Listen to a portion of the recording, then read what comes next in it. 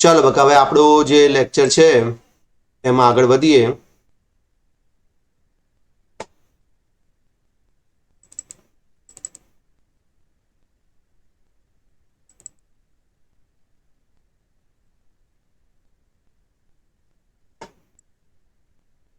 બધાને સ્ક્રીન દેખાય છે? Yes, sir. Yes, sir. Yes, sir. Yes, sir. Yes, sir.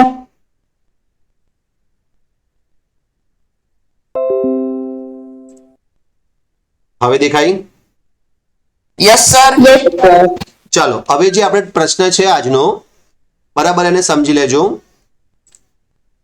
આજે આપણો અચળ પ્રવેગીય ગતિનો ત્રીજો પ્રશ્ન. મેં તમને કાલે હોમવર્કમાં પણ કીધું હતું કે તમે ઘરે પ્રેક્ટિસ કરજો કમ્પ્લીટલી અને કોન્ફિડન્સથી તમે લઈ શકો છો, પોતે તૈયારી કરી શકો છો. એ આ ત્રીજો પ્રશ્ન છે કે આલેખીય રીતનો ઉપયોગ કરી અચળ પ્રવેગી ગતિ માટે સ્થાન અને વેગ, બે મુદ્દા છે, સ્થાન અને વેગ વચ્ચે સંબંધ માટેનું સમીકરણ મેળવો.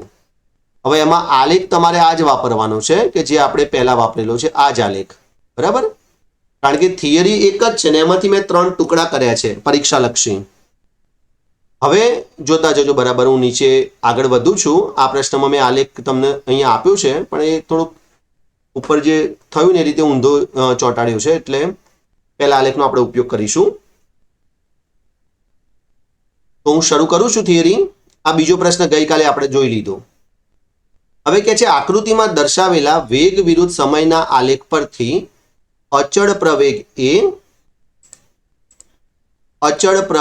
એ દ્વારા ટી સમયમાં વસ્તુ દ્વારા કપાયેલ અંતર s એ સમલંબ ચતુષ્કોણ OABC દ્વારા ઘેરાયેલા ભાગના ક્ષેત્રફળ દ્વારા મળે છે.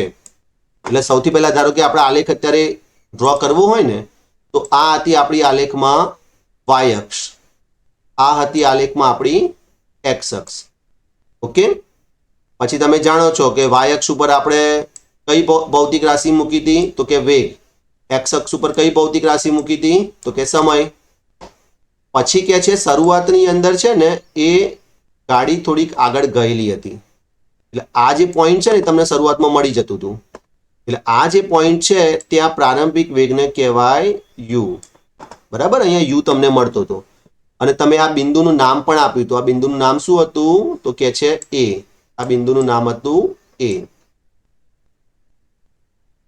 પછી આલેખની અંદર આ વાહન ગતિ કરી અને એ બિંદુથી બી બિંદુ સુધી મુસાફરી કરતું હતું, એટલે આટલે સુધી આ બિંદુ આવતું હતું. એટલે આ જે પોઈન્ટ છે એ તમારો પોઈન્ટ નંબર બી. અહીંયા આ પોઈન્ટ નંબર બી. ઓકે, એટલે આપણે બી પણ અહીં દર્શાવી દઈએ. એટલે આ થઈ ગયો તમારો પોઈન્ટ નંબર બી.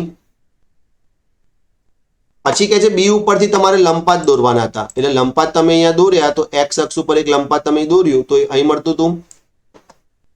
પછી બી બિંદુ પરથી વાય અક્ષ ઉપર લંપાત દોરો તો તમને અહીંયા મળતું હતું.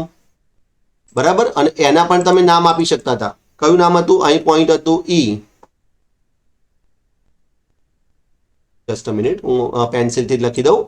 આ જે હતો ને એ હતો આપણો પોઈન્ટ ઈ અને અહીં જે હતો ને એ પોઈન્ટ હતો સી. હવે કે છે એ જ રીતે આપણે આ જે યુ પ્રારંભિક વેગ યુ હતો ને ત્યાંથી બીસી ઉપર એક લંપાત દોરતા હતા અને આ બિંદુ આપણને મળતું હતું. તો એ બિંદુને પણ આપણે એક નામ આપ્યું હતું. શું નામ આપ્યું હતું? કોઈને યાદ છે? Point D. અચ્છા, આને શું કહેવાય? તો કે ઉગમ બિંદુ ઓ. એટલે આ રીતનો બકા આપણો આલેખ હતો. પછી જેમ જેમ અહીંયા સમયની મૂલ્યો હોય ને, ધારો કે 5 સેકન્ડ, 10 સેકન્ડ, 15 સેકન્ડ, એમ સમયની અક્ષ ઉપર એના મૂલ્યો હોય. એ રીતે સામે વેગની અક્ષ ઉપર વેગના મૂલ્યો હોય, 5, 10, 15, એ રીતે વેગની અક્ષ ઉપર વેગના મૂલ્યો હોય. હવે બરાબર જુઓ, તમને આ વાક્ય હું વાંચું એ કે અહીંયા આકૃતિમાં દર્શાવેલા વેગ વિરુદ્ધ સમયના આલેખ પરથી અચળ પ્રવેગ એ દ્વારા આ જે ટી સમય છે ને, આટલા સમયગાળામાં ટી સમયગાળામાં વસ્તુ દ્વારા જે કપાયેલું અંતર છે એ કઈ રીતે તમને મળે? તો કે તમારે આ ચતુષ્કોણ લેવાનો છે. કયો? તો કે ઓ એ બી સી. આના વડે જે ઘેરાતું તમને ક્ષેત્રફળ મળે ને એ તમને અંતર આપે, એ અંતર તમારે લેવાનું છે. બરાબર? સ્ક્રીન દેખાય છે? કોઈને ના દેખાતી હોય ને Yes, સ્ક્રીન sir. તો એ તરત કહેશે કે સ્ક્રીન દેખાતી Yes, નથી. sir. હો, બાકી હું આગળ વધું છું. ચાલો, એટલે આનું ક્ષેત્રફળ કઈ રીતે મળે? તો કે જો સૂત્ર આપણે આવી ગયું. આ સૂત્ર છે કે ઘેરાતું અંતર, વસ્તુ એક આપેલું અંતર s બરાબર સમલંબ OABC નું ક્ષેત્રફળ. હવે એનું સૂત્ર ભાઈ આપણે વારંવાર વાપરીએ છીએ, એટલે સૂત્ર એ ડાયરેક્ટ લખ્યું છે કે s બરાબર OA વત્તા BC ગુણ્યા OC ભાગ્યા 2. એટલે જો OA વત્તા BC ક્યાં છે? તો કે આ રહ્યું OA અને BC ક્યાં છે? તો કે આ રહ્યું BC.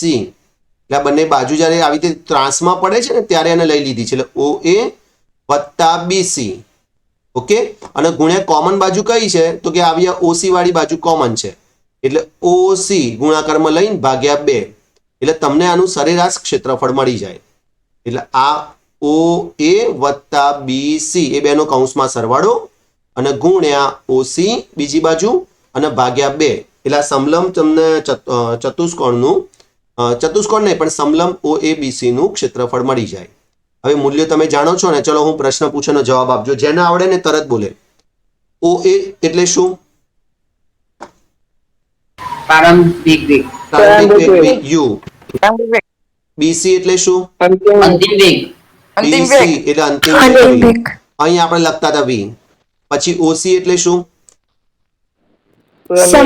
સમય, x અક્ષ ઉપર OC સમય t. માટે આ ત્રણેય પદ તમે મૂકી દો સમીકરણમાં, એટલે s બરાબર u વત્તા v અને ગુણાકારમાં t ભાગ્યા 2. માટે હવે t ના કરતા બનાવો. t બરાબર બગડા લઈ લો s જોડે 2s upon u plus v. હવે આ છે ને ચોપડીમાં નથી આ પદ, પણ મેં બનાવ્યું છે કારણ કે તમને ખબર પડે કે t નું આગળ જઈને કામ લેવાનું છે. એટલે આ સમીકરણ નંબર 1 આપ્યું આને, અને આ એક નાના સૂત્ર પરથી t નું પદ મેં મેળવ્યું. હવે સમજજો.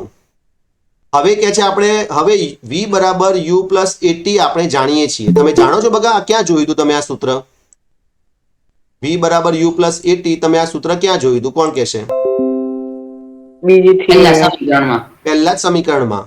આ વેગ અને સમયનો સંબંધ દર્શાવતું સૂત્ર છે.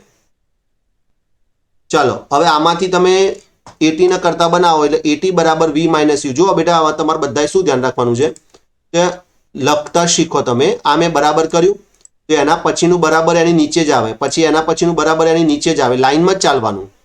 પછી દાખલા તરીકે બીજી વસ્તુ બતાવું કે આ ગુણોત્તરની લીટી, અહીં જે ગુણોત્તરની લીટી કરીને તો એની બિલકુલ સામે બરાબરની બે લીટી આવે, અને પછી બિલકુલ એની સામે ગુણોત્તરની લીટી આવે. એટલે આવા પદ સુવાચ્ય અક્ષરે તમારા વંચાય. પછી જો ધારો કે આ પદ છે તો એકદમ કેવું લંબચોરસમાં ફીટ બેસી જાય છે ને, સહેજ પણ ઉપર સીડીની જેમ ઉપર ચડી જાય કે નીચે ઉતરી જાય એવું નહીં, સરખું સમાન આવવું જોઈએ. એટલે એના લીધે તમારા લખાણ સુવાચ્ય બને, તમને વાંચવાની પણ ઈચ્છા થાય. ઓકે, ચાલો હવે આગળ લઈએ.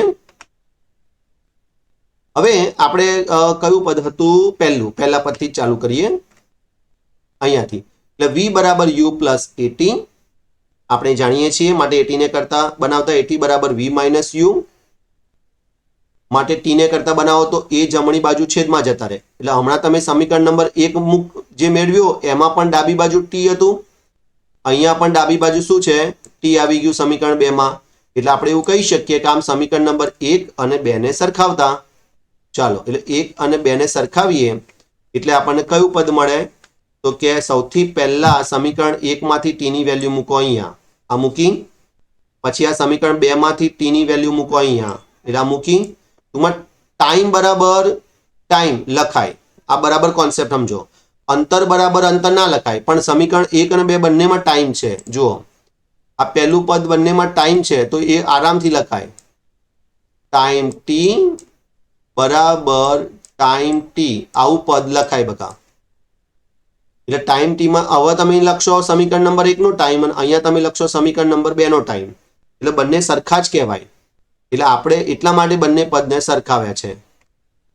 ચાલો, હવે ચોકડી ગુણાકાર કરો એટલે ડાબી બાજુ શું આવી જશે? તો કે v minus u ગુણ્યા v plus u. જમણી બાજુ શું આવી જશે? તો કે 2as. એટલે ડાબી બાજુનું પદ બન્યું જો આ કેવું છે, આ કોના જેવું, તમે કોઈ સ્વરૂપ જાણો છો?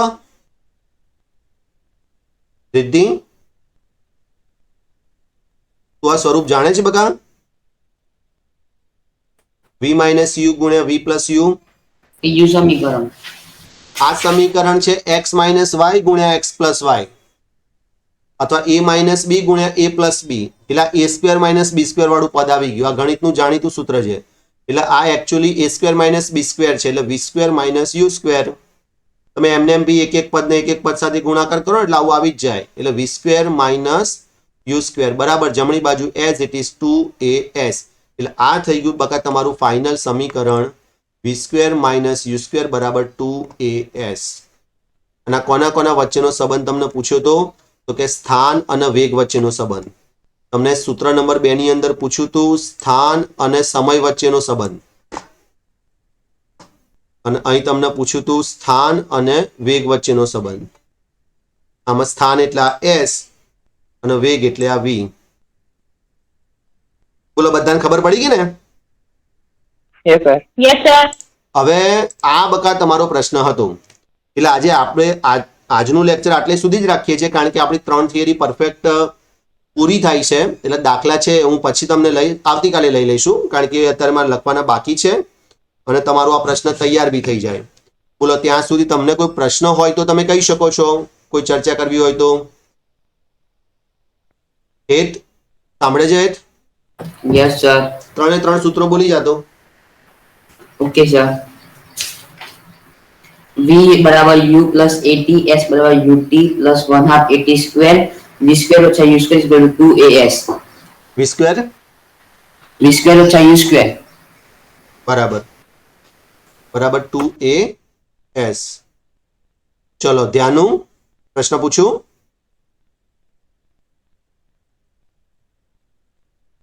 રુદ્ર, યસ સર. હું પ્રશ્ન પૂછ્યોનો જવાબ આપ. આકૃતિની અંદર પ્રારંભિક વેગ, આલેખમાં પ્રારંભિક વેગ કયા બિંદુ પાસે મળતો હતો?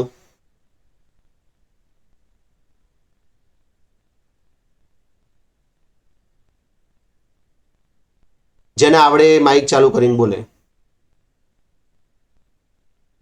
એ બિંદુ પાસે. બિંદુ a. એ બિંદુ પાસે. સરસ. અચ્છા, કોઈ મને આખો આલેખ સમજાઈ દેશે? હું આલેખ તમારા માટે ઓપન કરું. અત્યારે જો હું ઓપન કરું છું, આલેખ હું ઓપન કરું છું અને તમે મને આખો આલેખ તમારે જોતા જવાનું ને મને સમજાવતા જવાનું. ચાલો, એવું કોણ કરશે? આ આલેખ કોણ સમજાઈ શકશે મને? જોવાનું ને સમજાવવાનું. આપણે એક સરસ અત્યારે શું અમે સમય છે તો એક 5 મિનિટ આનું ચોખવટ રિવિઝન થઈ જાય. કોણ સમજાવશે ભાઈ?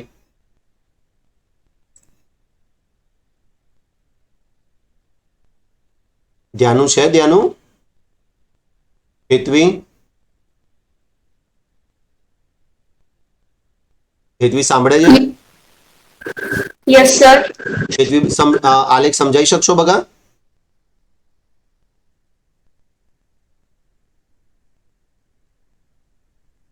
થોડો થોડો યસ સર.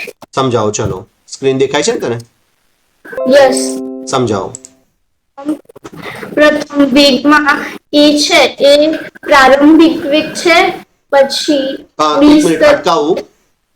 આજે એબીસીડી છે ને એ કોઈ વેગ નથી કે પ્રવેગ નથી, એ માત્ર બિંદુઓ છે આલેખ પરના. એ બિંદુ પાસે શું હોય બાજુમાં લખેલું જ છે. વાંચો હવે. એ બિંદુ છે એ પ્રારંભિક વેગ છે, પછી બી એક તરફનો આલેખ છે, સી છે એ સમય છે, સી બિંદુ એ. સરસ. પછી ઈ છે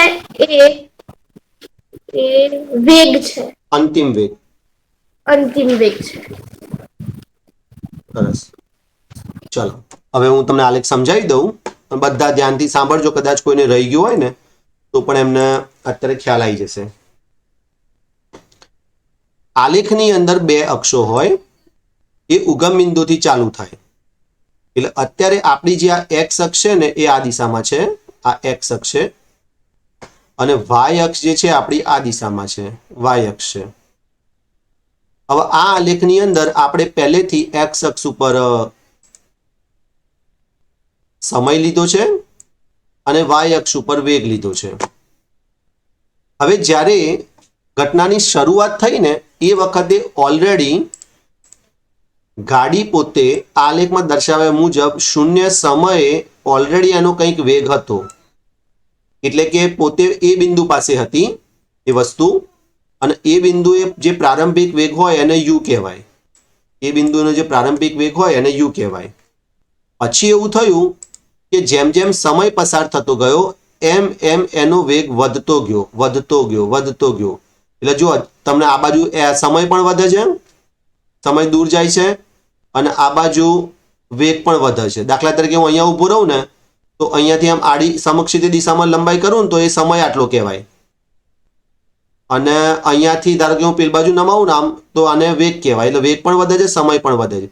હજુ આટલે વધાર્યું તો જુઓ સમય કેટલે આવી ગયો, આટલો સમય થઈ ગયો ખાસો બધો એક્સ અક્ષ ઉપર, અને આ બિંદુથી હું લંબપાત દોરું વાય અક્ષ ઉપર તો આટલે વેગ થઈ ગયો, એટલે વેગ પણ વધ્યો. એનો મતલબ એમ થયો જેમ સમય વધે છે વેગ વધે છે, સમય વધે છે વેગ વધે છે, અને છેક બી બિંદુ સુધી એણે પોતાનો વેગ વધાર્યો. એટલે આ બી બિંદુ જે છે એ બી બિંદુ એ આલેખ પરનું એક બિંદુ છે. હવે તમે બી બિંદુ પરથી જ્યારે વાય અક્ષ ઉપર લંબપાત દોરો ત્યારે તમને એક બિંદુ મળે છે ઈ, અને ઈ બિંદુએ વેગને અંતિમ વેગ વી કહેવાય, કારણ કે એ વેગ પરની અક્ષ ઉપરનું બિંદુ છે એટલે ત્યાં વેગ જ મળે. પછી બી બિંદુમાંથી તમે જ્યારે એક્સ અક્ષ ઉપર લંબપાત દોરો છો ત્યારે તમને એક બિંદુ મળે છે સી, અને સી બિંદુએ તમને ટાઈમ આપે છે, કારણ કે એક્સ અક્ષ ઉપર સમય છે એટલે સી બિંદુએ તમને આ પ્રયોગનો અંતિમ સમય આપે છે. બરાબર, એટલે આલેખનું વર્ણન પૂરું. હવે ગણતરી દરમિયાન વચ્ચે મને એક બે જગ્યાએ ત્રિકોણ અને ચતુષ્કોણની જરૂર પડે છે. અલગ કરવા માટે મેં આ તૂટક લાઈન વડે એક ડી બિંદુ બનાવી દીધું છે, એટલે મારા બે ભાગ જુદા પડી જાય. એક ભાગ ઉપરનો, પહેલો ભાગ ત્રિકોણ અને બીજો ભાગ આ ચતુષ્કોણ, લંબચોરસ. ચતુષ્કોણ નહીં પણ લંબચોરસ આપણું. આ થયું આલેખનું વર્ણન. રેડી? બોલો, બધાને હવે ખબર પડી ગઈ? Yes sir. Yes.